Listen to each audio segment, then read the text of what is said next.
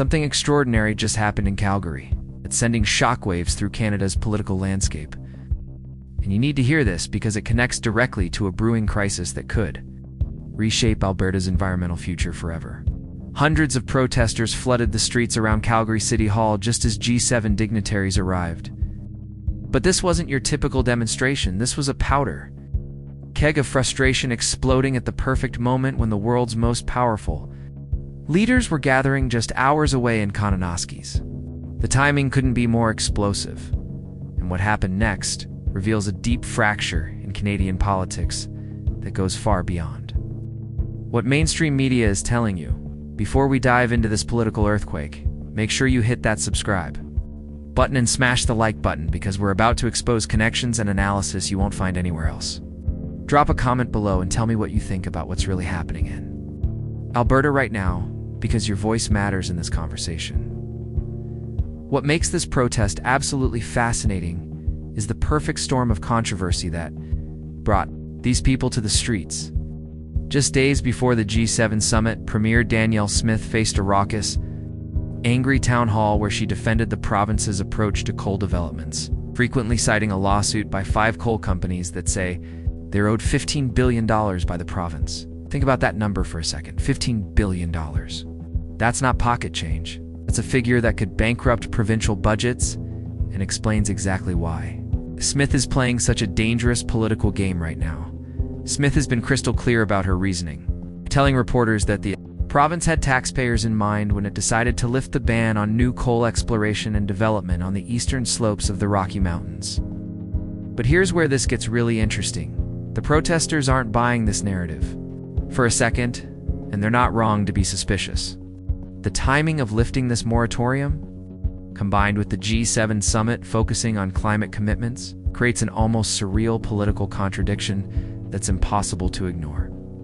The International League of People's Struggles was expecting about 200 people for a protest at Calgary City Hall.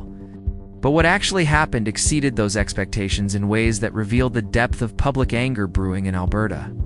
These weren't just environmental activists showing up with recycled talking points. These were Albertans who understand that their province is being positioned as a global climate pariah at exactly the moment when discussing unprecedented climate action. The optics here are absolutely devastating for Canada's international reputation. Picture this: world leaders gathering in pristine Kananaskis wilderness to discuss climate commitments while hundreds of Canadians are protesting in the streets about their own government's decision to expand coal mining in the Rocky Mountains. The irony is so thick, you could cut it with a knife, and international media outlets are already picking up on this contradiction. But let's talk about what's really happening behind the scenes, because this coal controversy isn't just about environmental policy, it's about political survival and massive financial liability. Smith argued that she had taxpayers in mind when the province lifted its moratorium on coal mining, stating, "If we do nothing, then we are told we'll likely lose those cases and have to pay $15 billion. This reveals the impossible position Alberta finds itself in. Caught between environmental commitments and potentially catastrophic legal liability, the protesters understand something that many Canadians are missing. This isn't just about coal, it's about Alberta's entire approach to climate policy under Danielle Smith's leadership. The Premier has been positioning herself as a fierce opponent of federal climate policies, and this coal decision represents the most concrete example of that resistance playing out in real time. The demonstrators flooding Calgary's streets aren't just protesting policy, they're protesting what they see as a fundamental betrayal of Canada's climate commitments. What's particularly explosive about this timing is how it exposes the deep contradictions in Canadian climate policy. Previous commitments included phasing out coal-fired electricity by 2030 and getting to net zero electricity by 2035. Yet here's Alberta's Premier defending new coal exploration projects. The protesters recognize this contradiction, and they're using the international spotlight of the G7 summit to force this conversation into the open. Some observers are already dismissing these protests, with critics suggesting this is the best protesters can come up with for a G7 demonstration in Calgary. But that completely misses the point. These demonstrators aren't trying to shut down the G7 summit.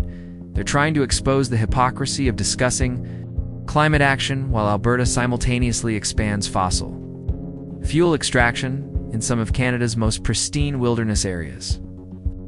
Strategic brilliance of this protest timing cannot be overstated. Police indicated that the demonstrations were expected to be broadcast on televisions set up for the leaders in Kananaskis, meaning these protesters knew their message would reach the world's most powerful leaders in real time. This wasn't just a local demonstration, this was a calculated effort to embarrass Canada on the international stage at the exact moment when climate commitments were being discussed. The financial stakes here are absolutely staggering, and explain why Smith feels trapped between impossible choices. $15 billion in potential legal liability represents a figure that could devastate Alberta's provincial budget for years to come. But the environmental and political costs of proceeding with coal development could be equally catastrophic for Canada's international reputation and domestic climate commitments. What's really fascinating is how this protest reveals the growing disconnect between Alberta's provincial government and a significant portion of its own population. Smith faced shouting and disruption at recent town halls, with protesters holding signs reading "lie" and "false" and shouting down the Premier and her ministers as they defended changes to coal policy. This isn't just environmental activism. This is grassroots political rebellion against policies that many Albertans see as fundamentally wrong. The international implications of this moment are enormous. Canada is hosting the G7 summit while simultaneously facing domestic protests about expanding coal mining, a contradiction so stark that it undermines Canada's credibility on every climate commitment Justin Trudeau's government has made. The protesters understand this dynamic, and they're weaponizing it brilliantly. Activist groups across Canada have been planning protests, while others decided not to send large presents to Alberta this year, but the hundreds who did show up in Calgary managed to create exactly the kind of international embarrassment that could force policy changes. Sometimes smaller, more focused demonstrations can be more effective than massive rallies, because they create sharper political pressure at crucial moments. The coal companies' $15 billion lawsuit represents one of the most significant legal challenges any Canadian province has faced regarding resource extraction. Smith's government clearly believes they have no choice but to lift the moratorium. But the protesters are demanding that Alberta find another way to handle this liability without sacrificing environmental protection. The tension between these positions is creating the political crisis we're witnessing. What makes this moment particularly dangerous for Smith is how it positions her government as isolated both domestically and internationally. She's facing angry constituents at home while embarrassing Canada in front of world leaders who are trying to strengthen climate commitments. This is exactly the kind of political squeeze that can destroy careers and reshape provincial politics. The strategic timing of these protests also reveals sophisticated political thinking among Canadian environmental movements. Isolated demonstrations that get ignored. They're coordinating their actions with international events that guarantee global media attention. This approach maximizes impact while minimizing resources. Exactly what effective political movements do. The deeper story here is about Alberta's identity crisis in a world rapidly transitioning away from fossil fuels. Smith's government is trying to preserve Alberta's traditional energy economy while managing impossible legal and political pressures. The protesters represent Albertans who believe their province needs to embrace this transition rather than fight it, creating a fundamental philosophical divide that goes far beyond any single policy decision. Looking at the broader political landscape, this protest represents a test case for how Canadian provinces will handle the transition away from fossil fuels. Alberta's approach under Smith is to resist this transition as long as possible, but the demonstrators are arguing that this resistance is ultimately futile and unnecessarily damaging to both the environment and Alberta's long-term economic interests. The $15 billion legal liability that Smith keeps citing reveals how past policy decisions create ongoing political constraints that can trap governments for decades. The coal company's lawsuit isn't just about current policy, it's about compensation for previous policy changes that affected their business models.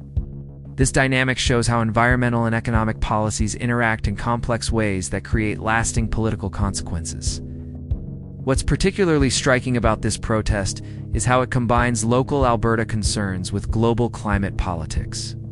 The demonstrators understand that Alberta's coal policy doesn't just affect Alberta, it affects Canada's international credibility in global climate efforts. This kind of thinking represents a sophisticated understanding of how local and global politics interconnect in the modern world.